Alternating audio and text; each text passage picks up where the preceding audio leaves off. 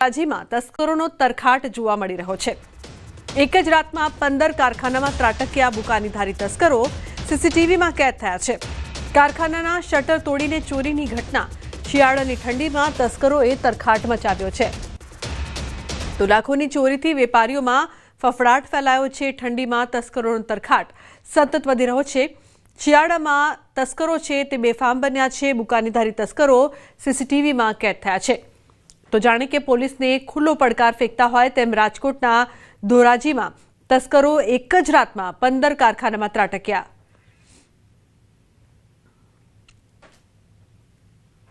તો CCTV footage સામે આવ્યા છે। શિયાળાની ઠંડીમાં તસ્કરોએ કઈ રીતે તરખાટ મચાવ્યો છે તેના દ્રશ્યો કેદ થયા છે। બુકાનીધારી તસ્કરો સીસીટીવીમાં કેદ થયા છે। પોલીસને પડકાર ફેંકતા હોય તેમ તસ્કરોનો તરખાટ સતત વધી રહ્યો છે। તો એક સાથે એક જ રાતની અંદર 15 જેટલા કારખાનામાં ત્રાટક્યા છે આ તસ્કરો। સીસીટીવીમાં કેદ થયા છે। સીસીટીવી ફૂટેજના આધારે પોલીસ તપાસ કરી રહી છે, પરંતુ લાખોની ચોરી થઈ છે, જેના કારણે વેપારીઓમાં ફફડાટ છે। તો શિયાળાની ઠંડીમાં તસ્કરો વધુ ને વધુ સક્રિય થયા છે। રાતે 1 વાગ્યાની આસપાસ ચોરી થયેલી છે। ટોટલ જુનાગઢ રોડ ઉપર 12 થી 15 કારખાનામાં ચોરી થઈ છે। નુકસાનમાં શટર ઊંચું કરી કાચ તોડી નાખ્યા છે। ખાનાના બધા લોક તોડી નાખ્યા છે। પછી એમાં વેરવિખેર છે એટલે અમે જોયું નથી ફાઇનલ કેટલું ગયું હું ગયું। અંદાજિત રકમ 20,000 ની આસપાસ હતી। જુનાગઢ રોડ ઉપર 12 થી 13 કારખાનામાં ચોરી થયેલ છે।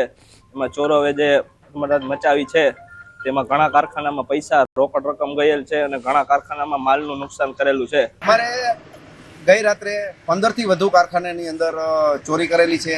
ઓફિસોની અંદર નુકસાન પહોંચાડેલું શટર તોડી અને જો કોઈ કારીગરોને આપવા માટેના પગાર આપવા માટેના પૈસા હતા એની પણ ચોરી કરેલી છે। લાખો રૂપિયાથી વધારે આ ચોરી થયેલી છે।